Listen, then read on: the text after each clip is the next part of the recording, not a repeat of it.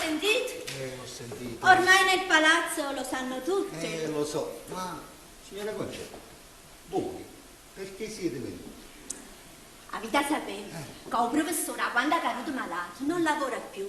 E la signora Letizia ha speso tutti i soldi per curare il marito. Ma so che la mamma è molto ricca, Ma guarda ricca, che il modo fa snob, può parlare tutto italiano, ma è solo una dozzina sa giù. E poi non è neanche la mamma, è la matrea. Comunque la signora Letizia è troppo orgogliosa che se la gerisce, non l'ha mai cercata una lira, niente. ma i soldi non bastano mai. Avete ragione, i soldi non bastano mai. Ma i soldi della signora stanno tutti un po' a sta tavola. Venite a casa. Venite qua quando è maricino, pillole, supposto, gocce, scirup. Ma quando si perde la capa, c'è sta poca fa. Questo è il rapid, lo sciroppo a miele. È conosciuto? No, non lo conosco, a che serve?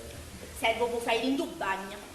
Perché un professore, quando ha comparso spirito, è diventato stitico. Si è bloccato tutte cose. Io conosco perché a Bodua ha un pure. Questo rosso invece è il sonnolin. Serve per far dormire. Io conosco perché a Bodua mi piglio pure. Questo verde serve per far calmare. Io conosco perché a Bodua mi piglio pure. Bianco, rosso, verde, ma che cos'è? La bandiera italiana? La bandiera italiana. Ma che è sto padre in Italia? Che sta perdendo la casa. Non può tornare, no? E scasso.